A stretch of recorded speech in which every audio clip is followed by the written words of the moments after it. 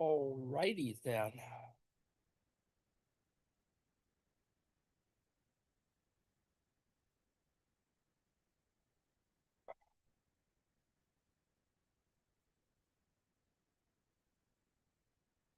Oops. Come on, where'd share go? Shit.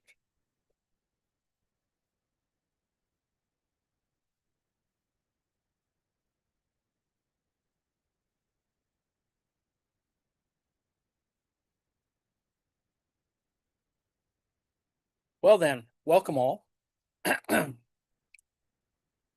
Welcome to August 19th, Wednesday office hours. I'm Adley, and this is the autonomous collective.net. And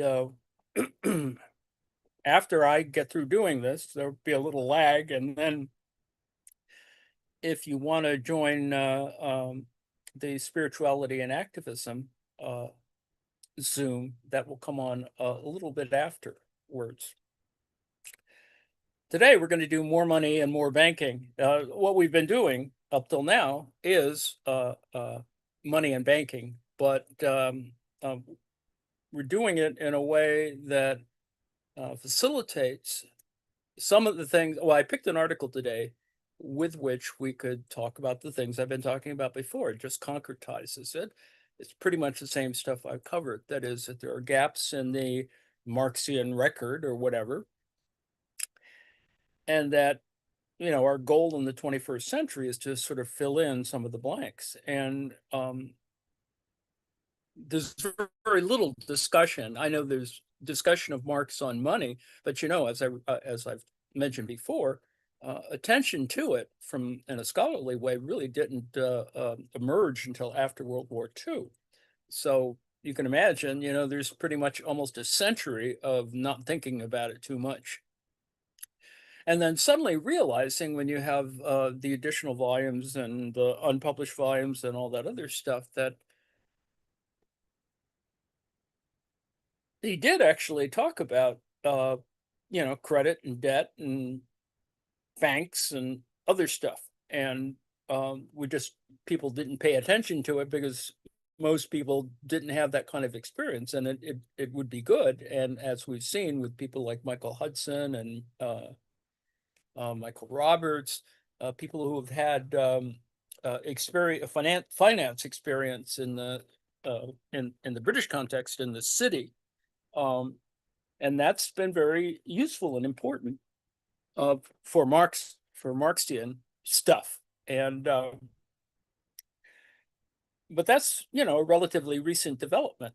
Um, and as I've mentioned before, there is actually a Marxist accounting, but it doesn't exist in the United States, unfortunately. So I picked an article that does cover, it continues our little quest that we've, diverted occasionally to talk about quantum stuff, but noting, of course, that quantum analysis actually applies to financialization or applies more appropriately to financialization, among many other things. But the advantage, of course, is that it deals with numbers and uh, things like topology, which we're going to cover eventually. Topology's relationship to data. So we'll talk about that in coming weeks. Um, so I picked an article among the unfortunately many articles that I try and do, by Andrew B. Trigg on reconstructing Marx's theory of credit and payment crises under simple circulation. It's an open access article, and so hence what you'll see here today is not the whole thing, of course. I wouldn't pretend to do that. It's only part of it, and I've left out the math so people won't go crazy. But there are numbers later on, and we may or may not attend to them. So there's that. All right, I think we're about ready to begin. Reconstructing Marx's Theory of Credit and Payment Crises Under Simple Circulation, Andrew B. Trigg, 2021, I think. The abstract. There is general agreement amongst scholars of Marx that his monetary theory is incomplete, especially in his most detailed writings on credit in the third volume of Capital. Moreover, in these unfinished notes, Marx takes sides with the banking school approach that is notable for its opacity compared to the clear axioms of its currency school counterpart. Now, note that this dichotomy is one that's, institutional and plays out in reality. Banks, don't really want to help you with your money. They're places where your money resides, but they're much more concerned with other things that make themselves money, and particularly bigger banks, or a lot of their time is spent merging and acquiring other banks, smaller banks. So there's that. So a reconstruction is proposed by Trigg, um, based on Marx's step-by-step method, commencing with a critique of Say's law under simple commodity circulation. These foundations formalized here using the model of pure labor developed by Luigi Passanetti, 1993. And the point, of course, of Passanetti's work is following on the sort of new interpretation school, is to be able to talk sensibly about things like labor, but also wages and macro and other things. And so new interpretation, whatever school, if you want to call it that, still, not that it dominates, but it is a major way in which we can look at. And it's not the only way. It's just one of many ways. But as you'll even see in this article, Trigg has a bone to pick with Heinrich as well, as I've mentioned before, the difference between uh, uh, uh, Michael Heinrich and Fred Mosley. And it's a healthy disagreement, but one very important, because if you sort of buy into value form analysis too much, you begin to lose sight, I think, of certain material realities that, while intangible in terms of being finance, they are quite real, because every, moments in crises, financial crises, obviously have real world implications. It's not like they can be sort of dissolved. I mean, they could be dissolved, if you believed in a certain type of socialism, but that ain't happening, yet, whatever. So Passanetti, 1993, piecing together the fragments and filling in some of the gaps in Marx's writings on money. See, Marx has gaps in most of his documents. I mean, and some of them require either understanding the differences among translations, which is what the new Volume 1 translation kind of gets through. It actually sets out more clearly, in some ways, the differences among, the German, the French, the first and second editions, and uh, you know whatever. There's all kinds of stuff that we need to sort of catch up with over the last couple of decades, and it's important to do that. I would say, in probably another 20 years, it'll be useful to see another set of analysis after AI gets through with it. But anyway, so piecing together the fragments and filling in some of the gaps in Marx's writings on money, the analysis builds from commodity money and private debt contracts to the modeling of pure credit and pure banking systems. So you can see here, this idea of pure is not so much problematic, but it is it's similar to other ways in which we address things, ceteris paribus, that you try to create a more constant model so that you can look at the variations and differences. So that's why it's done that way. Now, that resembles the same problems that we see in neoclassical economics, that is, of certain assumptions about expectations or, whatever, and that don't actually apply to reality. I mean, they work perfectly well in the neoclassical sense in its own kind of theoretical milieu, but half the battle, as I think you can tell from contemporary macroeconomic problems, that they don't always line up properly. Or else they're so generalized that, you can sort of fudge in many different directions, and that's kind of why the economy does what it does under capitalism, but it is capitalism itself that has that problem. And calling it pure, just like free enterprise or free trade, is a fool's errand, ultimately. But anyway, back to the story.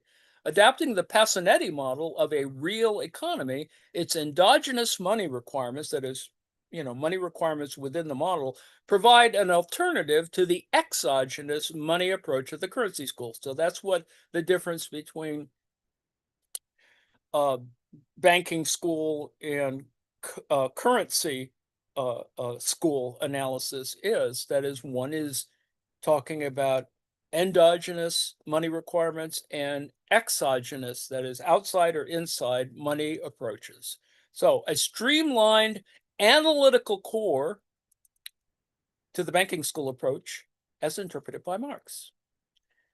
In addition, the structure of payment crises as an extension of Marx's possibility theory of crisis. Now, you can see that this possibility thing is where we started with the quantum stuff, is to look at, different ways in which we could talk about possibility and probability, and look at things that were less fixed or indeterminate, or, you know, um, move around a lot, let's put it that way. And the reality, of course, is that it does. It moves around all the time and instantaneously, and on the other side of the planet. So our sense of this always has to be with understanding how that goes along. And with better technology, that is faster computing, quantum computing, we can have a better sense of that. But as I pointed out in a prior time, it doesn't apply to everything. Quantum doesn't solve everything, but it does solve certain things really well, much like classical computing, does what it does. And, things are adjusted, but we learn, if you look at the history of computing, you'll note that, parallel process computing, created a slightly different way of approaching certain computational problems, particularly when you're trying to build supercomputers. But anyway, an extension of Marx's possibility of crises is examined with money as a means of payment required to settle debts between producers and the banking system, which is ultimately all you're doing with financialization. And you need to get a sense of things that are more static, that is stocks, and things that are more dynamic, that is flow. And these two elements, you can't look at one without the other, even though you may present something because it looks pure and ideal, and it clears, and it resolves itself. That we get kind of used to the idea, or at least, economics in the neoclassical sense is always taught with a kind of static model first, comparative statics model, and then the dynamics comes in, because it really is much more complicated. um but you can't sort of, it's difficult to separate them, just like microeconomics and macroeconomics, and we won't go down that road. Suffice to say that there are micro foundations that we need to get a sense of, but clearly, because it's the economy, it's a macro thing. So, introduction. There is general agreement among scholars of Marx that his monetary theory is incomplete.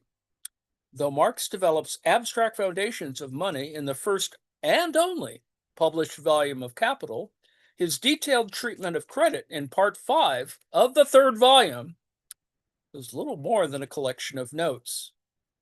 And that is true. I mean, it as we've talked about before, the second and third volumes are, they were crammed together, cobbled together by Engels, and then, you get other people playing around with it.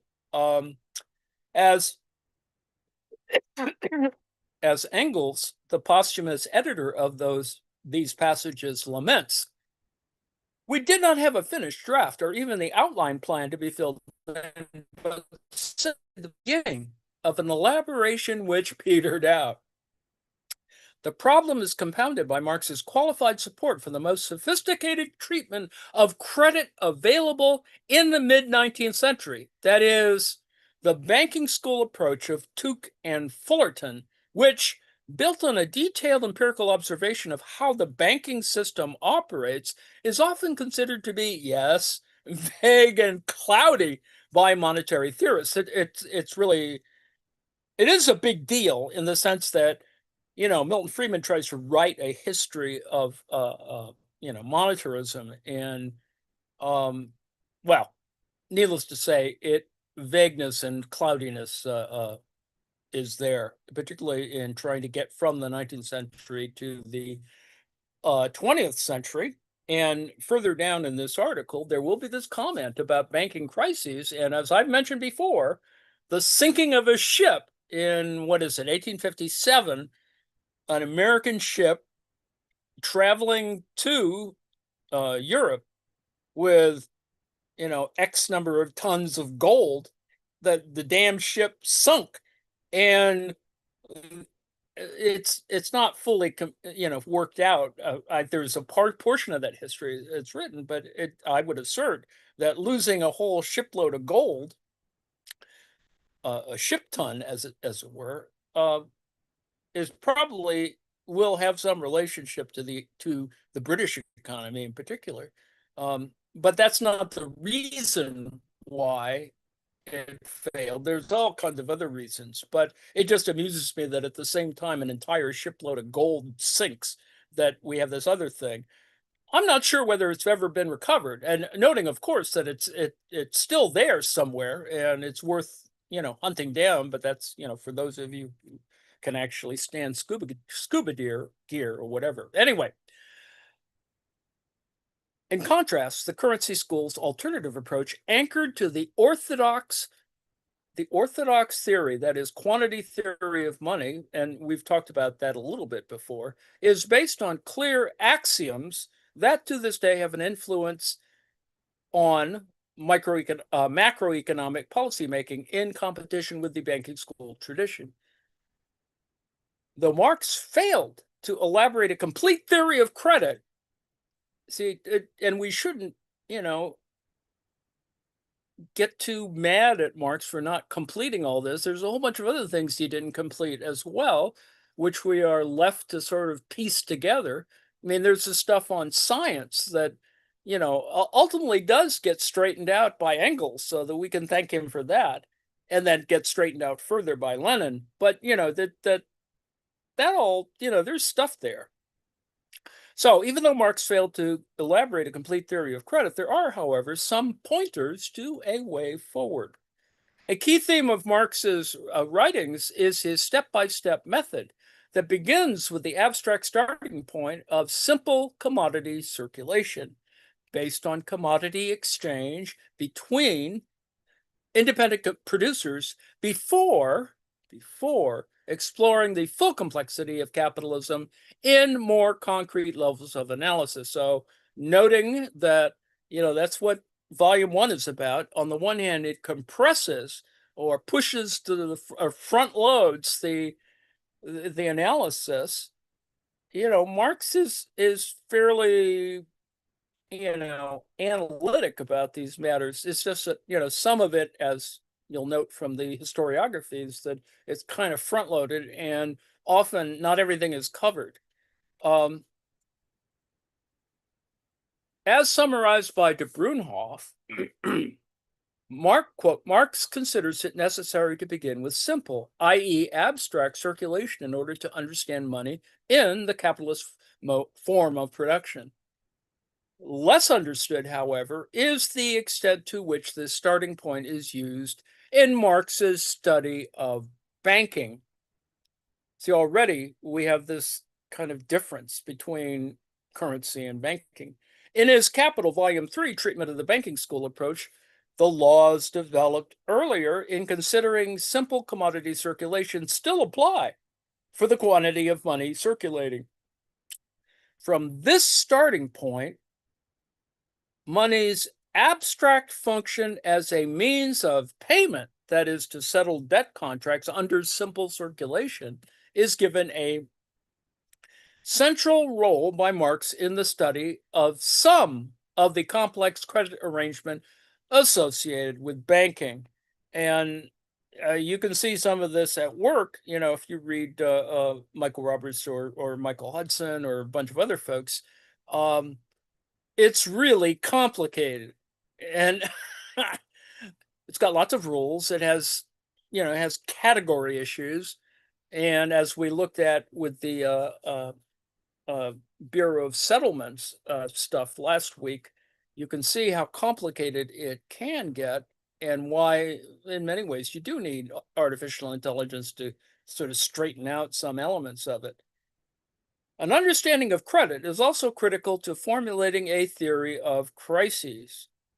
For Nelson, 1999, according to Marx, capitalist crises necessarily appear as monetary crises or credit crises because the evaluation and social confirmation of private production is, yes, a monetary process. Now, you don't want to confuse that with, the price value problem and other things. It's just being more general here. Under a developed credit system, dislocations in the circulation of commodities are associated with payment crises where debt contracts cannot be settled. Note, of course, that's kind of the big problem of debt contracts, and which is the current problem, or uh, a sort of anticipated problem that people are warning us about with, how debt is, done or constructed or leveraged or whatever. And so some of the largest corporations like Oracle could create an incredible problem because of the massive amount of debt it has of for a variety of reasons, but some of it is related to AI amongst other things. Um, but that can signal other serious problems for not only a national economy, but a global economy.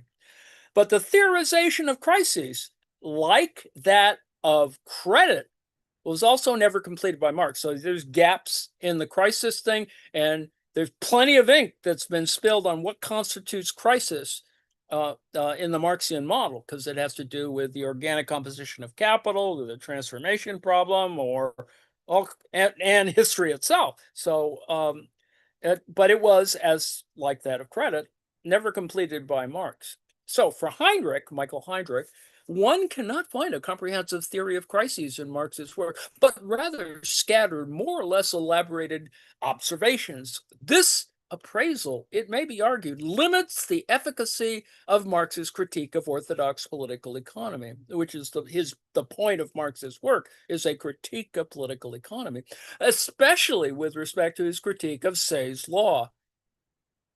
Those of you taking econ courses always get a little thing. It's maybe a couple of pages, maybe even only one page, or even just a little box on a page about Say's law, the proposition that supply creates its own demand.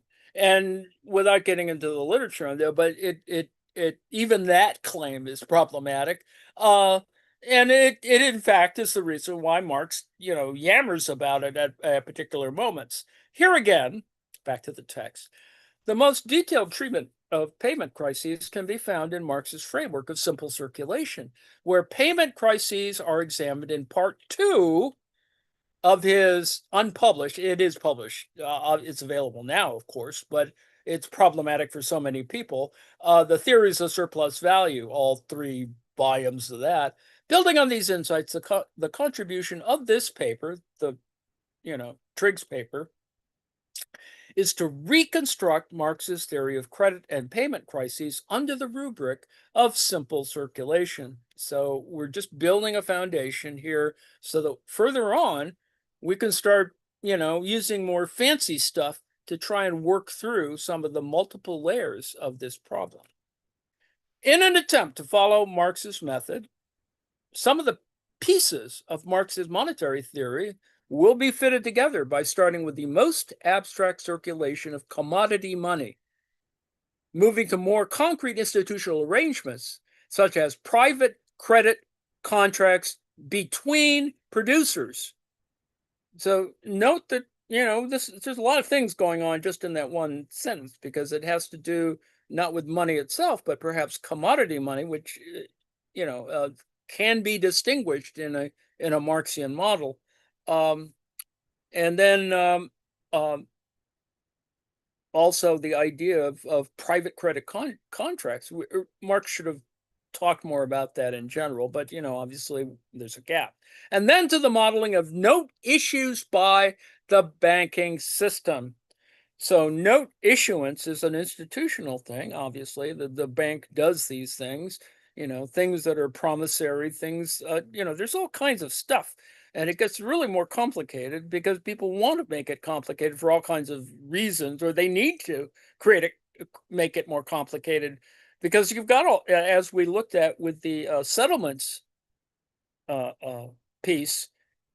Settlements are the one of the bigger problems, and are manipulated, of course, in problematic ways, as you can see with the extension of them simply talking about regular currency to that of cryptocurrency, which is now at a moment that is just incredibly. It has all the possibilities of a bigger crisis if some people buy into it too quickly, and that is Trump's cryptocurrency thing has now become a a chartered bank, which makes it all kinds of problems in the future, considering uh, the way in which Trump operates with debt. But anyway, payment crises take different forms at each stage in the analysis, from the breakdown of private debt contracts between producers.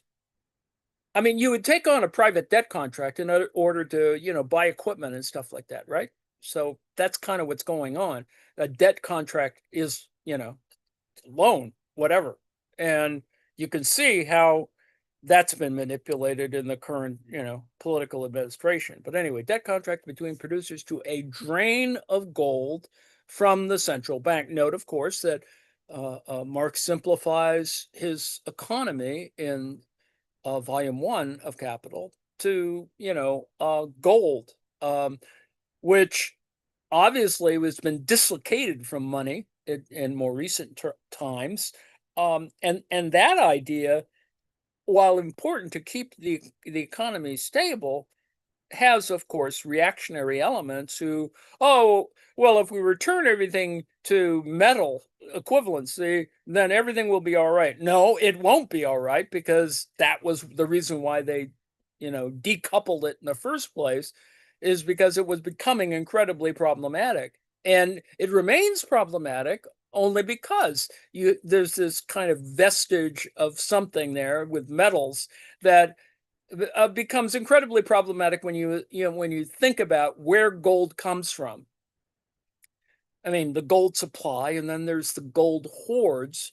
Like Asian cultures like to keep family wealth in gold or jewelry, for example, and that can create issues. But anyway, the aim of this approach is to develop some coherence between the different fragments of Marx's theory of credit and payment crises based on his writings, and where possible, fill in some of the gaps in our incomplete understanding. So that's the purpose. And as I keep hammering the point home, um, we have to maybe apologize occasionally. This may be seen as by some as a novel way, whatever that means, of approaching Marx's monetary theory.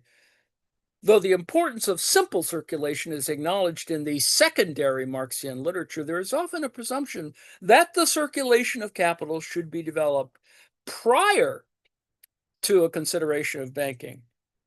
The contribution of John Weeks, for example, includes a detailed consideration of Marx's theory of credit in relation to capital implicitly prior to any mention of banking. And without getting into a whole thing about this, credit exists like debt, David Graeber, etc., because that's kind of the deal. It exists far before banks, in particular, but the institutional form of banks is becomes increasingly important, as I've often tell people that Italian banks are probably more important in the Renaissance than anything else. But anyway, similarly, Crotty of Body and Crotty, but anyway, it briefly mentions banking only after focusing on credit and capital. Where banking is considered in detail, this is often at a final stage of analysis after considering capital, as in the four-stage framework developed by Evans. The model of the banking school developed by Lapasvitas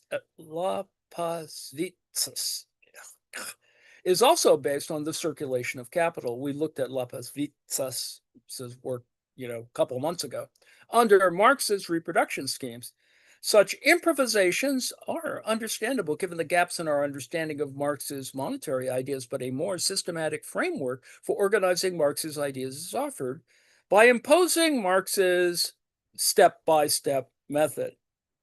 Now, by first modeling credit and banking without capital, note that this wasn't identical, right? The idea of capital is a much more mobile sense of, or much more total way of thinking. And that distinction, the idea about totality, that's why David Harvey, talks about that, about the totality in his more recent work, like on the Grundrisse. So under simple circulation, it may also be possible to offer simplified foundations that enable credit relationships and banking relationships to be understood more clearly at the outset by stripping out some of the institutional details. So on the one hand, at the front end, we saw lots of institutional things cited, but what he wants to be, systematic about this, not systemic, rather systematic about this. As a way of imposing some rigor to Marx's step-by-step approach, a formalization is introduced here using the model of pure labor model developed by Luigi Passanetti. This model has similar characteristics to Marx's treatment of simple commodity circulation, including a social division of labor between producers and an assumption of zero profits. There's a lot there. But what Passanetti is doing is something that that is an extension of stuff that went on with Sraffa at Cambridge and a bunch of other stuff that you needed to sort of think about how all these things sort of arrayed, and then you want to think about how we should organize this. And one of the ways you can organize this is matrix form and linear algebra and differential equations and blah blah blah. Indeed, the model is particularly suitable for providing a basic classical model of Say's law for a production economy, establishing a condition for its satisfaction. Using this model, the role of money and credit will be developed in order to formalize Marx's critique of Say's law. A credit contract matrix, as suggested by Crotty, will also be formalized here in order to model the role of credit money in Marx's system as a basis for also examining the banking system and payment crises. Ultimately, that's what you sort of have to do relative to the math of it, but we won't do the math. So the math is there in the article. It's not very complex math, but I don't want to get you all crazy where I try to. There is a kind of reference below to rows and columns, and we'll try and move past that as quickly as possible. It will also be shown that the Passanetti model can be used to formalize the role of endogenous money in Marx's system. As argued by Dubronoff and Foley, talk about the new interpretation, in addition to a critique of Say's law, Marx refutes a second pillar of orthodox theory, that is, and we've talked about this before, and we'll talk about it again, quantity theory of money, treating the, quote, the quantity of circulating money as endogenous and the prices of commodities as exogenous. Now it's a very simple division, but people found that useful because it was easier to think about rather than think about it as a much more integrated system. And God forbid you talk about value within that context, because then you really get confused. Anyway, section 2 of this article introduces the Passanetti system and the Say's law condition, followed in section 3 by a demonstration of how this framework can be related to Marx's treatment of simple commodity circulation with endogenous money and private credit contracts. Formalization is then provided in section 4 of Marx's critique of Say's law under a possibility theory of payment crises based on money as a means of payment. Note that money has multiple things. It's a store of value. It's used for exchange, et cetera, et cetera. In section 5, the role of private credit is taken to its logical conclusion with the specification of a pure credit system in which assets and liabilities are cleared in a credit contract matrix. Let me stop here for a second and say, it would be nice to get clearing, but clearing doesn't really happen ultimately, as I've tried to point out months ago with the idea of the difference between, things that are tangible and things that are intangible. Anyway, this leads to the creation in section 6 of a model of pure banking with the central bank as its pivot under simple circulation. Banknotes are issued on the strength of bank loans, a key feature of the banking school approach. Now, note, of course, this is a very simple model here. There's all kinds of other things that go in, that have other implications. So, we're just starting off simple here. It may seem oversimplified, but it's really necessary in order to sort of move along. And those of us who really don't have, banking experience in the big sense, be loath to try and go there anyway. The problem of payment crises in the banking system is elaborated in section 7, followed in section 8 by some conclusions. So, Say's law in its classical form Say's law is the proposition that demand for commodities is configured by producer supply of commodities. Producers only have the wherewithal to demand commodities from each other if they have something to supply in exchange. That is, one can make purchases only with what one has produced. And you can see that, it seems logical. It's kind of the basis of doing, barter economies or whatever. But obviously the real world or in history, it doesn't quite work that way. So using the formalization of Say's law provided by Trigg in his earlier paper, this can be modeled for a simple economy on which there is now this is another assumption, because it's not fixed, but there's a fixed economy assumed. So just because it would make it more complicated if it wasn't. And M single commodity producers, each producing N sub I units of their own labor to produce supply, S sub I of their own commodity. So don't get crazy about the algebra, but the idea here is it's just a simple model that happens to not look at variance in technology, and only a single commodity is being dealt with. Simple commodity circulation, the Passanetti model of 1993, provides a possible vehicle for representing the abstract system developed by Marx as his starting point for economic analysis. This suitability of Passanetti's approach, insofar as Marx is part of the whole stream of classical thought from Adam Smith to John Stuart Mill, is based on the importance of industrial production carried out by labor. Now, let me break here for a second and note that classical thought here is that thing that even, Anwar Sheikh talks about, et cetera, that, Marx is one of many classical political economists. He introduces certain things, ideas that are kind of important to think about, and particularly if because of Hegel and et cetera, Feuerbach, you begin to get a sense of, oh, that is important because, the lived experience is kind of important in this model, and it doesn't get fully articulated from a materialist point of view. But anyway, back to the text. In the Passanetti model, as adapted above, there is an advanced division of labor in which each individual commodity producer specializes in their production of a commodity. It's a very simple thing, and there's no variation in commodity producers.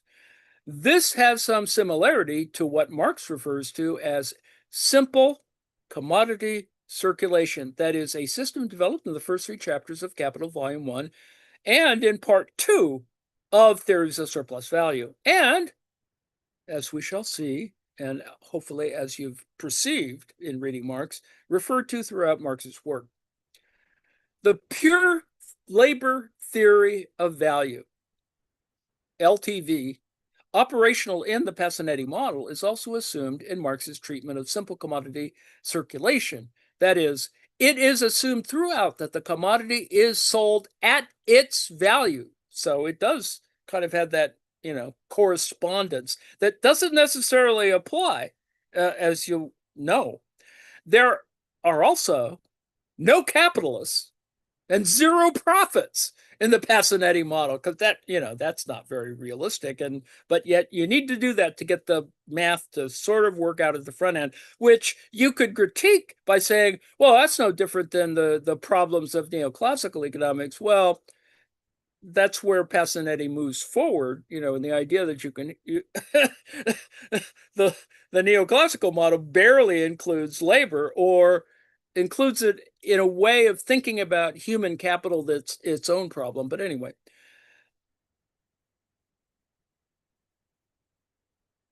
since wage is the only category of income, and under a uniform wage rate, all producers exchange their commodities on an equal footing. That's incredible simplification. As summarized by Nelson in, quote, in simple commodity production, there is an equality between or among producers who sell their own product because none benefit more or less than they contribute. So, there's this sense, it's Lockean, I suppose, that, that needs and exchanges all are kind of equitable. Well, the reality, of course, is that that's why con artists exist, right?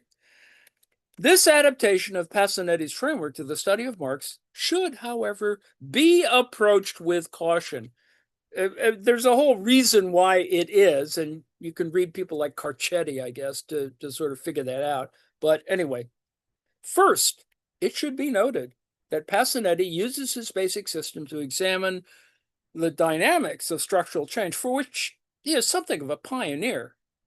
I mean, that's what Marx donates by thinking about capital in the way that he does, to thinking about certain structural features that are picked up in terms of social. Well, that's where Weber, et cetera, related to sociology, sort of comes through in terms of looking at structural changes. Whereas in Marx, dynamics are not introduced till a much later stage of analysis, even after the introduction of social class relations under simple reproduction. So this is the conundrum of Volume 1, is that, he wants to, this is the front loading problem. You've got all these ideas, and he tries, to the best of his ability to make it as simple as possible. But he knows that it's really, really difficult, because it is, an economy is a very complex thing, even because it's in the middle of the 19th century.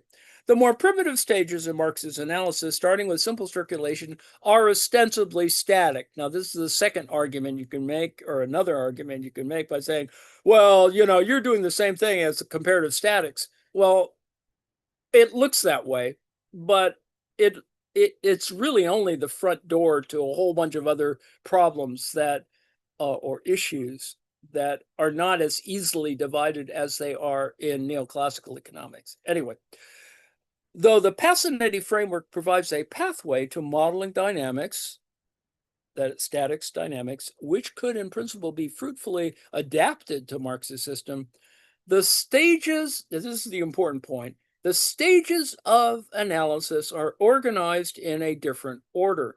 Recall, of course, that that's kind of what Marx does, right? He starts with capital in the first edition of Capital, and by the second edition, he's moved commodity to the front end. So you can see there was something changed, and things change order in the historiography of it. Anyway, second, Passanetti refers to his basic system as pre-institutional, with institutions not considered.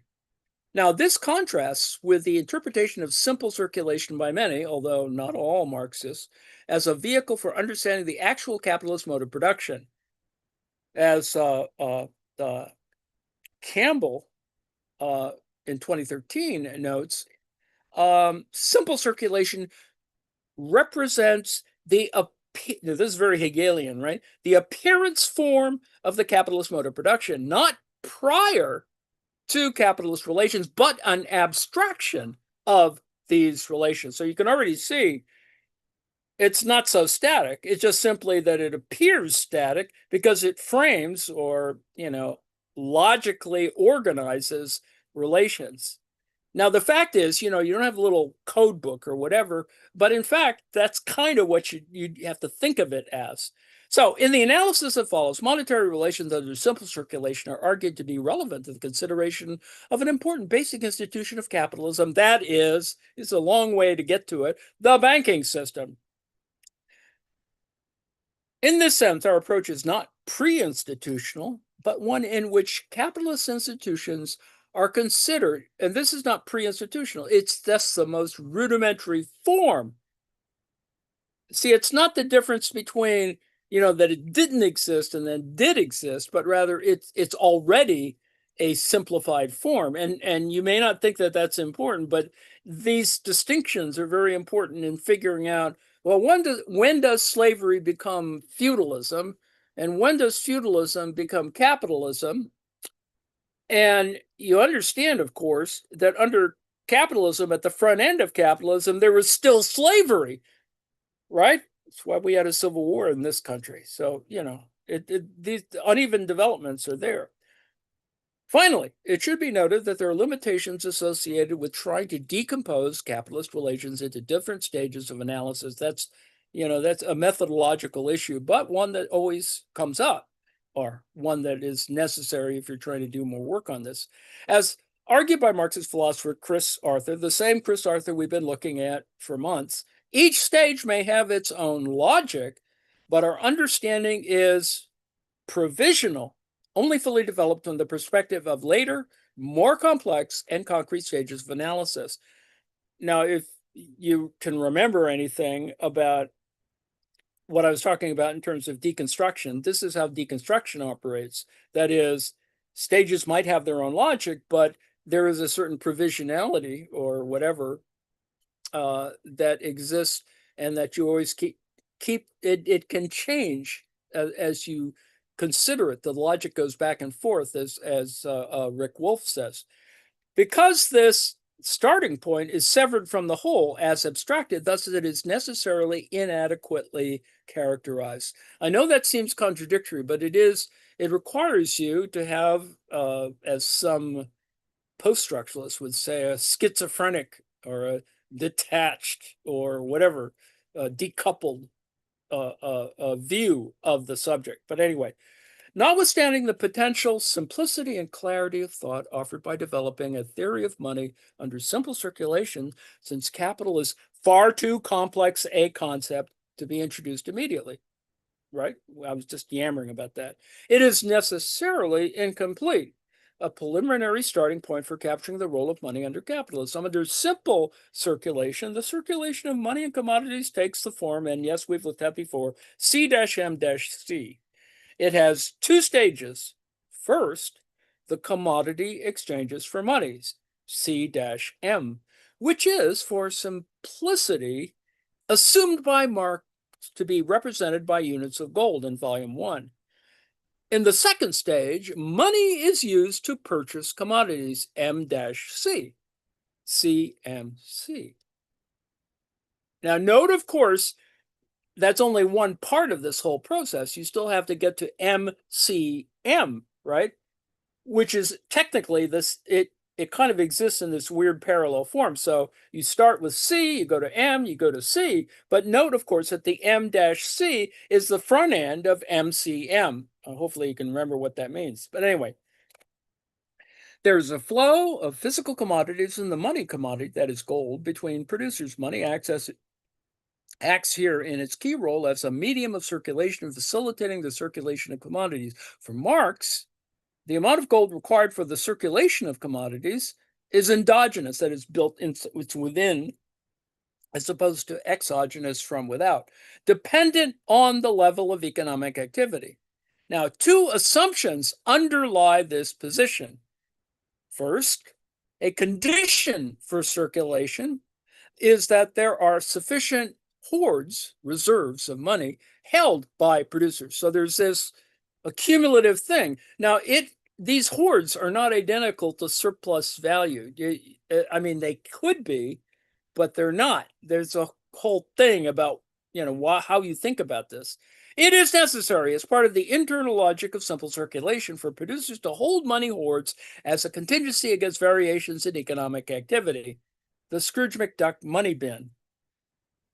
As one of the laws developed for simple commodity circulation, the money reserve must be sufficient to cope with fluctuations in the circulation of money. So essentially, Marx is talking about a kind of liquidity here. It's not pure liquidity, but a kind of liquidity. Second, for Marx, money prices are determined by this is why it makes people crazy, and it doesn't have to. You just need to get this sense that it's being done as an abstraction, maybe in different order, maybe constructed in a weird constellation, but it's still the same thing.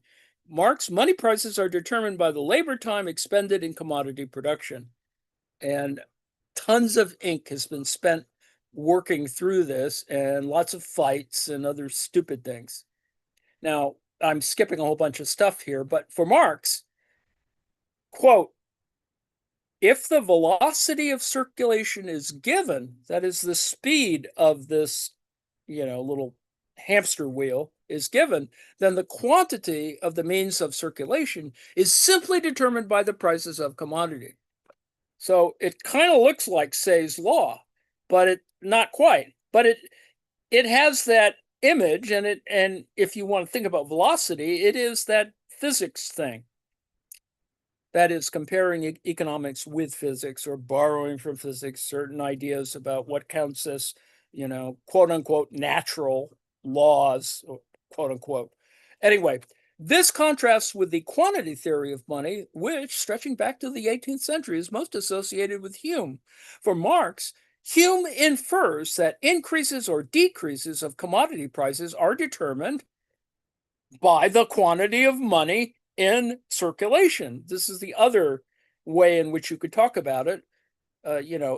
Supply demand stuff is that, prices have some relationship to the money supply. Now, that's in contrast to the prior point, right? So there's a lot of little numbers that go, there's math that goes on before then, but section 4, Marx's possibility theory of crises. Now, it's a possibility theory, but as we might suggest in a quantum way, probability sort of can be built into this as well. All right, anyway, the existence of money hoards, Scrooge McDuck, though essential as reserves for channeling money in and out of circulation, also creates a potential problem for the system. It's possible for money to be received from the sale of a commodity, that is C-M, and to be then hoarded, interrupting the circuit such that M-C does not take place.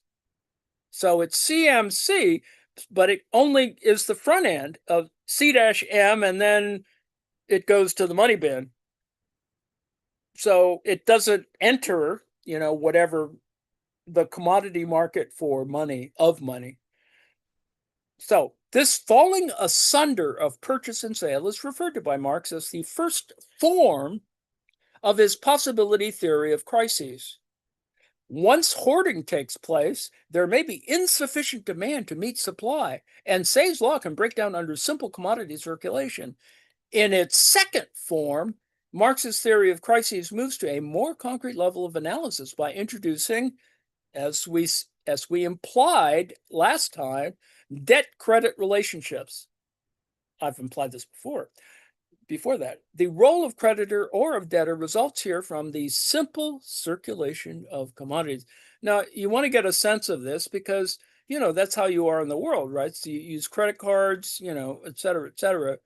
But there are other transactions that go on, right? The little cup in the convenience store where people put pennies, that's all kind of part of this problem, but it's a trivial part on the one hand. On the other hand, pennies aren't going to be made anymore, so something's going to break in all of this. But anyway, the role of creditor or debtor results here from the simple circulation of commodities. Under the development of circulation, delays are introduced between the purchasing of commodities and the receipt of payment, right? That's the credit card problem. Yeah. And it seems invisible to you, but it actually is quite complicated, and people take advantage of that. That is, criminals can take advantage of that.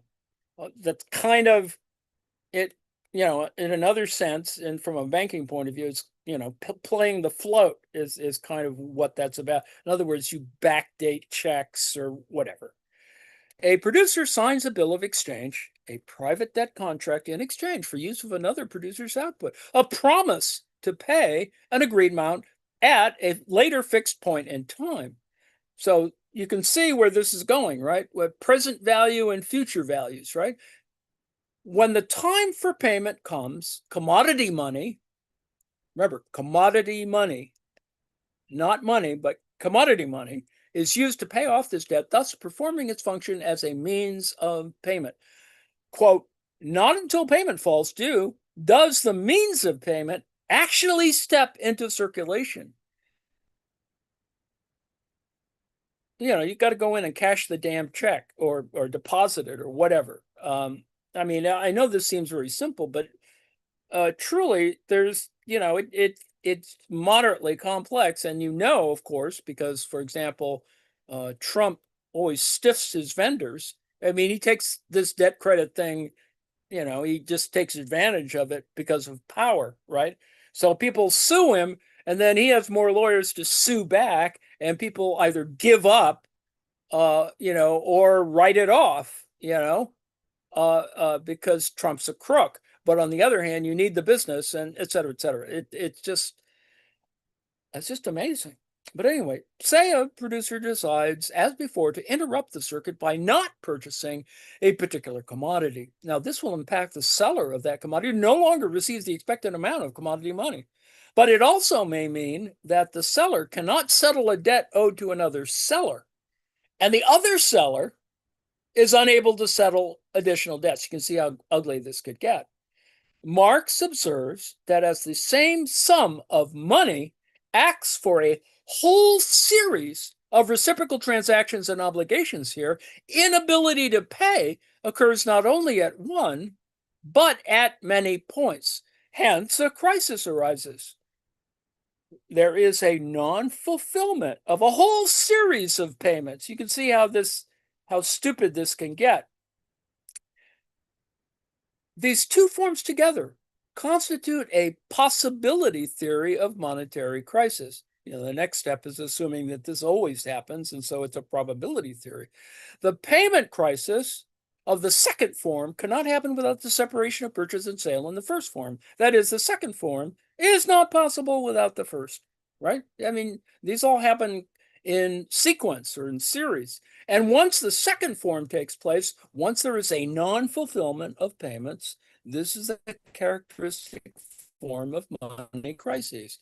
Now, there's a lot of writing that goes on between these tables. So I've introduced table 1, which gives you a set of, don't get crazy about the numbers. But it is interesting. It's it's just a simple table. But in this table, there are equilibrium interproducer demands in table 2 is equilibrium interproducer demands under private debt contracts. So he's given a bunch of numbers and there's math, and he tries to show that it's a little more complicated and that it has a certain kind of dynamic, it has a certain kind of logic. Table 3 is interrupted interproducer demands under private debt contracts. So you can see there are interventions that happen here. And not that this always happens, obviously, but other stuff happens. People buy your debt. For example, you owe somebody something, and then because somebody's trying to collect on it, they sell off the debt to somebody else, and the other party tries to collect it even after the statute of limitations is up, because they're criminals or whatever. Table 4, pure circulation of bills of exchange, and this is the more abstract version from a matrix point of view. And you can see there are two numbers. So in column 2, there's B12, which is row 1, column 2. It's not 12. It's B row 1, column 2. And that's kind of, I mean, it's obviously much more complicated than that, but you can see the interesting thing about how this type of algebra works is that those zeros going down from row 1, column 1 to uh, uh, column 2, row 2, column 3, row 3, column 4, row 4, these are zeros, right? So you get this kind of, you can see that math can happen from these series. Also, I included, it's a Say's law thing, supplies relation to demand. I mean, when you teach an intro course, that's kind of what you're trying to, to concretize the idea that supply and demand can result in a price. You kind of simplify the math model to show that it increases from B to A. 190 is bigger than 138, and you see 190 below, and it's a 45-degree angle, so it's it's a perfect, the things on the line are a one-to-one relationship, et cetera, et cetera. Now, disequilibrium, B would be a disequilibrium position in this very simple model. And the point that Trig is making here is this idea that disequilibrium is an issue, and underlying this set of arguments here is the critique that heterodox economics makes by saying, well, you want to say that that you're always going to get an equilibrium position, but reality shows you kind of not get there, or it's only momentary, and it's not as important from a teaching or learning or application point of view. You only assume certain things that are going to resolve themselves when they don't, which is a bad way to assume things because it can get you into longer term trouble. For Marx, these commodities are requisition. That is, if he does not pay, his goods will be sold compulsorily, right? If you don't pay, we're going to sell them regardless. And then, the bill collectors, will come. The feudal bill collectors are worse because, they got swords and stuff. These commodities can be classified as unsold in the first instance, as shown by the 0 entries in table 3, now represented in bold. Compared to table 2, demand is lower for producers 2, 3, and 4. The overall aggregate demand is now 138 money units lower than the aggregate supply of 190. So it's a disequilibrium outcome under private debt contracts. That's what figure 1 says. It's disequilibrium. It's inefficient in that sense. But the reality is that maybe you never fully clear it. So the 45-degree line represents all positions of identity between aggregate demand and aggregate supply under Say's law, with point A the point of equilibrium established in table 2. That is, aggregate demand and aggregate supply are each valued at 190. Under the interruption illustrated in table 3, that is the shortfall in aggregate demand, 138 compared to 190, is represented by point B, a new position of disequilibrium. Now, there's a lot of writing that went on in there and lots of numeric stuff that hopefully can convince you, just like Marx tries to do in the 19th century, that this kind of actually makes sense. As producers buy and sell commodities under private debt contracts, the system of production and the monetary system become more developed, with the circulation of commodity money becoming less important to commodity exchange. In return for commodities, producers increasingly receive bills of exchange, promises to pay at future points in time, instead of commodity money. There's excuses come up, right? There was a terrible flood, there were locusts or whatever. For Marx, taking this process to its logical conclusion, a pure credit economy becomes possible in which metallic money disappears completely. And that's a kind of, it's a counterintuitive thing, but eventually it kind of happens now. I can't remember the time when I've actually used coins, for example. But anyway, building on Marx's foundation, keeping the production and circulation of commodities at its core, Marx's monetary theory can be used to model a pure credit economy. Now, I, you know, not to get into the math here, but let Bij sub Ij represent amount borrowed by producer J from producer I. Producer J draws up and sends a bill of exchange promise to pay note to producer I. If we focus solely on this use of credit in order to facilitate the circulation of commodities, then the amount borrowed can be set equal to the amount demanded by producer J in the Passinetti model. B sub I Ij is Pi Dij, and et cetera, et cetera. A credit contract matrix can be constructed. So for a four producer economy, as considered above, that is in the tables, table 4 has a four producer matrix represented. So consider their own common credit contract matrix. Let producer I, let B I dot, row I, column dot, or whatever, column whatever, represent the total receipt of bills of exchange from other producers, and B sub row dot, column I, represent the total borrowed by issuing bills of exchange. So under an equilibrium outcome for each producer, the outcome supplied by each producer is all sold to the other producers. That means that the amount received by each producer is equal to the amount borrowed, right? That there's an equality there. As an example, and don't worry, there's aren't going to be any more equations. I think these are the only equations that I put in here. There are other equations, but these are relatively simple. But as I said before, these aren't complete numbers. They're simply designators of row 1, column 2, for example. B, row 1, column 2, RC plus B 13. It's not 13, it's 1, 3, B 1, 4, etc. You have to remember those kind of things, because otherwise the math gets stupid.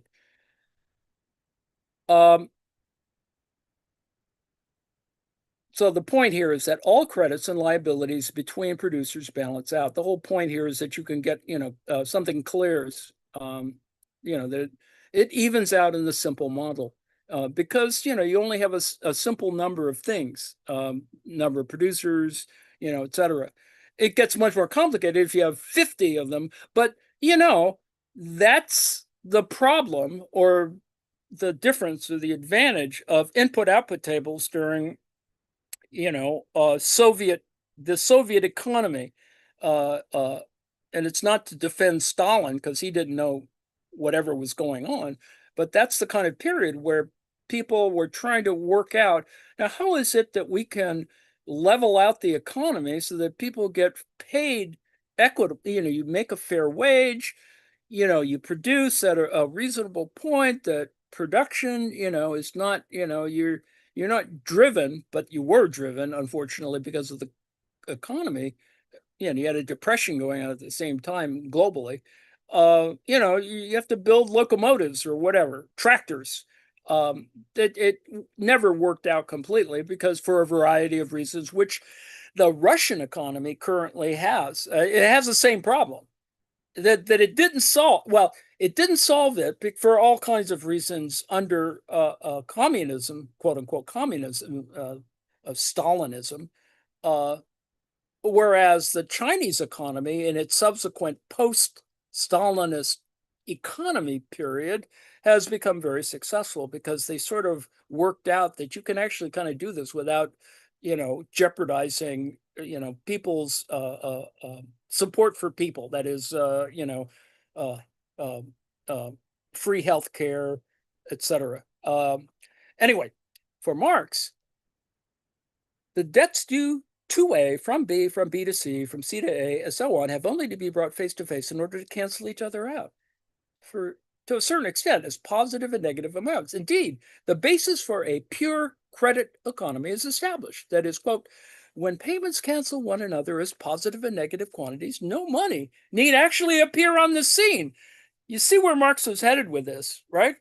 In the 19th century, under socialism, you don't have to think about it. I mean, you sort of don't need money if you've got a system that sort of works through like this. The problem under capitalism is that someone's always trying to, skim off stuff, and that's not necessarily natural.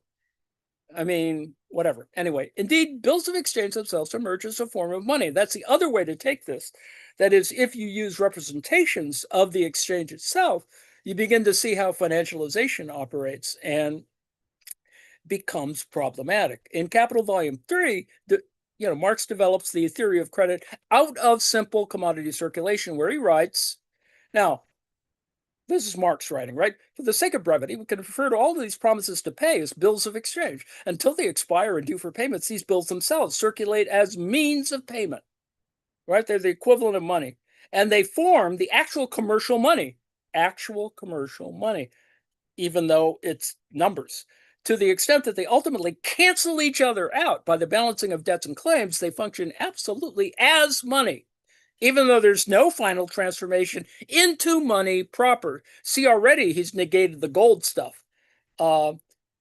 So he used the gold, as a heuristic, to just sort of say, imagine gold, but imagine no gold eventually.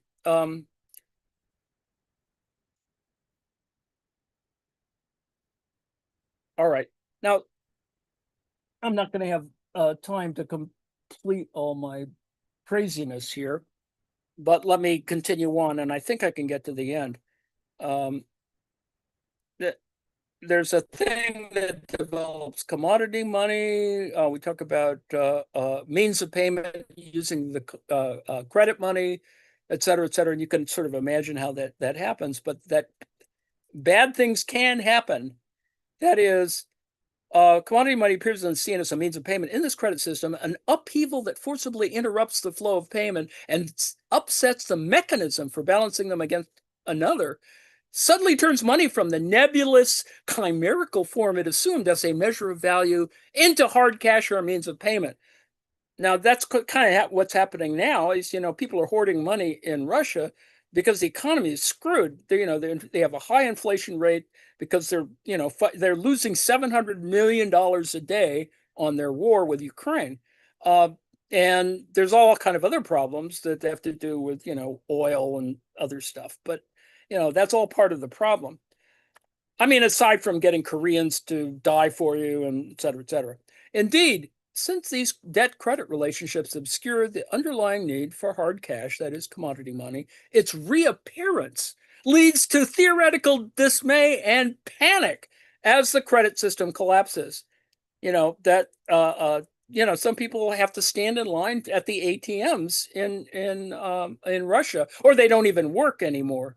There's a whole thing that's become a problem, and you pair that with, of course, that 70% of gasoline, that is service stations, are closed in Russia. That becomes a huge problem.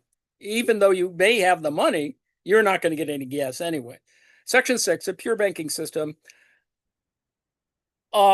There's further institutional innovations. Marx refers to an artificial system or clearing out of settling payments. That is, with the concentration of payments in one place, special institutions and methods of liquidation developed spontaneously. It's not the same liquidation as occurred, under Stalinism. These special institutions are clearing banks that balance out the credit liabilities between individuals. Consider, for example, the case in Table 4, owing, et cetera, et cetera. And, this it is about notes and the difference between banknotes and gold. Let me see if I can get to the conclusion because I know I'm going to run out of time. Uh, the the idea here is to contrast banking school as an institutional form and currency models, and there's something more between that is a part of trying to work this out. And bills of exchange are a key element in trying to do that. He uses a concept of reflux, which describes the kind of recirculation of money, which shows or proves the sort of endogenous nature of this process. And I included the footnotes. Um, uh, I mean, he described, and Lameau describes, channels of bank deposits, and it's similar to if you're taking a money and banking course about demand deposits and stuff. Anyway, Table 5 is about banknote circulation, and then the balance sheet, table number 6. There's a lot of stuff that goes on between this, but I included the tables because I like doing that to give you a sense of what's going on here. So there's two flows here between 6 and 7, Table 6 and Table 7. There's loans to producers, on one side, and loans to producers on the other side. And it is a asset liability problem. Ex ante means before transactions, and ex post means after.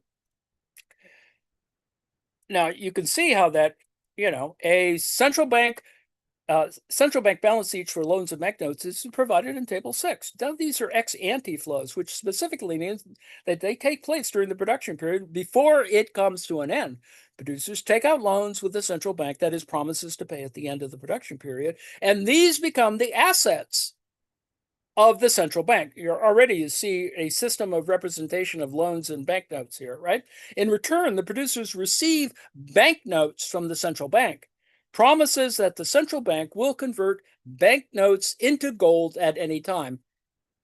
That's the whole point of why we dislocated the money supply from gold, because you couldn't do that, and someone would go in and demand the silver equivalent for a $2 bill, for example. Conversely, for the balance sheet of producers, Table 7, the loans appear as liabilities and the banknotes as assets, so they're reversed.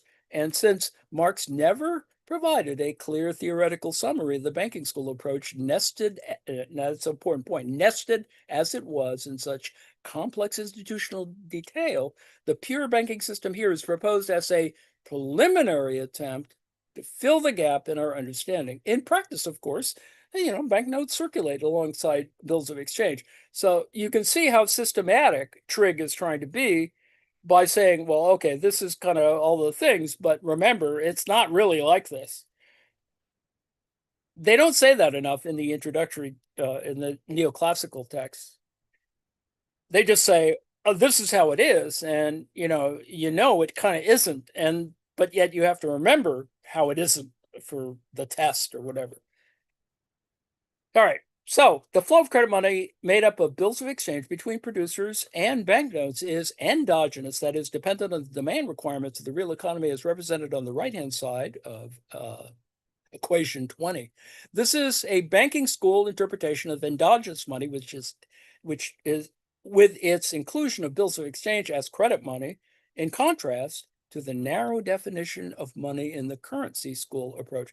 You can see that how this divides up, right? A banking school interpretation does talk about this, debt credit thing, and currency is more about money. It's about, currency exchange. Now, both apply only because you can have banks, but as we now know, Donald Trump runs a bank, so we don't we really have to worry about what's going on. And then there's a very long footnote. Anyway,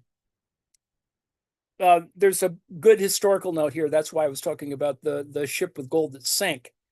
So the demand for gold in 1825 was aimed only at filling the vacuum created by the complete discredit of the pound notes of the county banks. I'm sorry. This is the same problem that will happen a century later in the savings and loan crisis during just before or simultaneous to or concurrent with the Depression. This vacuum could be filled only by gold until such time as the Bank of England also issued £1 notes. So, this is where, trying to settle stuff can be problematic. So, it just talks about the defense on the banking side of how you're going to defend this stuff and the relative relationship of gold.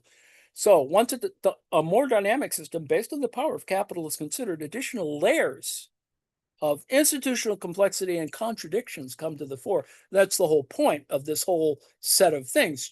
It should be emphasized that this development of the possibility theory of crises under a banking system is only a preliminary first step in the study of economic crises, one that can, in principle, be translated into a more dynamic system under Passanetti's approach. Passanetti accounts for these further things in his model, and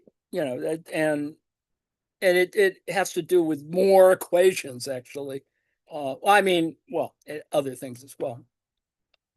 So,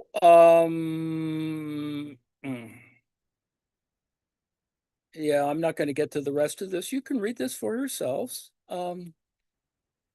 It's further explanation of banknotes and commodities and default crises. Let me finish with the conclusions because I obviously ran out of time because I was yammering too much. Marx's monetary theory is incomplete and opaque in its detail and complexity, unfortunately. A reconstructionist is suggested here based on Marx's step-by-step approach, using the Passanetti pure labor system as the starting point.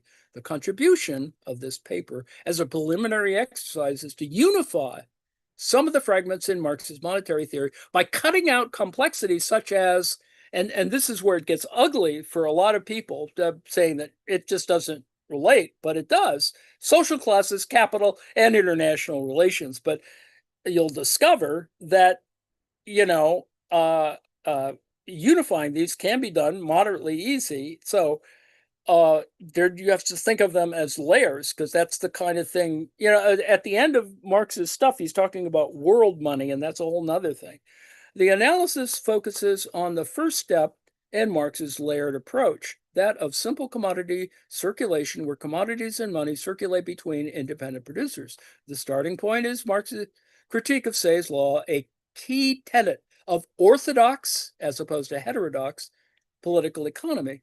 A condition for the satisfaction of Say's law is established in the Passanetti model of simple circulation, building on Marx's detailed analysis in part 2 of theories of surplus value. This condition breaks down under two forms of crises. This is the whole point of this business here, is to get a better handle on how crises happen, which, is not proof. It's not proof of Marx. It's just simply that, he identifies what's just happening. It's not a, it's not like he found a new element or something. The first, due to the hoarding of commodity money, as we sort of described today or in the front end. And the second, intensified by a chain, which I sort of implied a couple minutes ago, a chain of payment defaults. And that's kind of where, we can see crisis happening, panics, etc. And the latter, private debt contracts between producers lead to the emergence of money as a means of payment required to settle debts. In order to explore the structure of payment crises, an illustration is provided using an empirical example in a 45-degree diagram. I just showed that, 138 and 190, right, versus 190. A new simplifying framework for representing and clarifying these key aspects of Marx's approach. I will note, of course, that as I did, that it's kind of using the same little thing about Say's law that you would see in a beginning text, but describing it in a way that is just simply, oh, well, it's not ideologically suspect. It's just, Marx sort of looked at it and went, well, that's one way of looking at it, but then you have to sort of follow it on a little bit from an institutional point of view and see that it doesn't quite work, as I was mentioning with the issue of disequilibrium.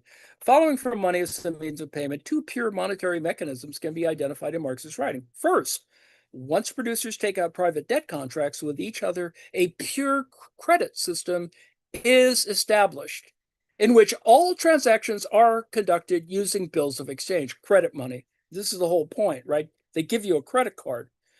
Second, it follows logically from this system that debts and credits are cleared by banks, and the banks themselves, as represented in pure form by a central bank, become the focal point for a pure banking system issuing banknotes to producers. Though these pure systems are constructed here as analytic extremes, their formulation provides the basis for a combined treatment of private debt contracts and banknote issuance in a more concrete examination of credit relations. The pure banking mechanism provides a model of the banking school approach as considered by Marx in Capital Volume 3 based on the law of reflux, right? This is like a regurgit. Anyway, it's about circulation, right? With banknotes issued on the loan revolving back to the central bank. This is, how interest and fees and stuff. Since in this approach, money is endogenous, that is within the system, it's also necessary to anchor it in a model of production and simple circulation in order to establish the monetary requirements of the real economy, as proposed here using the Luigi Passanetti's system. On this basis, an analytic core is provided to the banking school approach, filling a gap in our understanding of Marx's unfinished writings, enabling it to stand up as a streamlined alternative to the clear axioms of its currency school counterpart. An extension is, in addition, provided to Marx's possibility theory of crises based on Marx's concept of money as a means of payment. In the pure credit system, commodity money is not required. Marx shows when debts and credits balance out through clearing, but once an interruption takes place, debts must be settled using cash, commodity money reemerging as a means of payment for settling debts. So you can see here, there's a sequential issue here, and you can assume that everything clears, but it doesn't. I mean, in reality, it doesn't. Similarly, in a pure banking system, banknotes reflux back to the central bank with commodity money inactive in the reserves of the central bank. In other words, it disappears into the bank and it doesn't do anything. That's kind of premise of modern money theory, also a premise of modern money theory. Only in a crisis can there be a drain of gold and banknotes from the banking system required to settle debts. Money is a means of payment. This analysis also provides some pointers as to how the institutional detail of Marx's foundations might be developed in a more modern setting. So, as we've seen, Marx recognizes that banknotes, rather than commodity money, this is adding that wrinkle, right? Banknotes as a tangible representation or a thing, an index of, rather than commodity money, may function as a means of payment. And as part of the banking school approach, as shown by Lameau, bank deposits could be included as an additional channel of reflux, the float. So the rudimentary central bank balance sheet developed here may be also extended, this is my interest in it, to include securities such as equities and government bonds, which Marx mentions only in passing. You see, that's the other big gap, right? Equities and government bonds. These and other extensions, such as the modeling of world money, I mentioned that before, and interest rates, would necessarily lead to further layers of complexity, relaxing the assumption of zero profits in a multi-commodity production setting, pushing beyond and building upon the firm foundations provided by simple circulation. So you may think that the arguing here is circular, but it kind of works out. I mean, all he's doing is adding an additional detail, and he's trying to articulate, what the relationship is between banknotes and commodity money is, and it's a small distinction and one not recognized, for example, in I mean, it's represented in a different way in the neoclassical model. So, I mean, I think it is assumed there, but the Marx is trying to say, well, how does this all happen? Well, agency is not, the money doesn't do this. Let's put it that way. And there are people making these kinds of decisions. The money doesn't decide that it's going to be this. It's institutions and therefore bankers and capitalists doing this. Which is different than, of course, obviously the money approach was, it's a free market, it'll all work out, and it doesn't. So that's all I have to say today.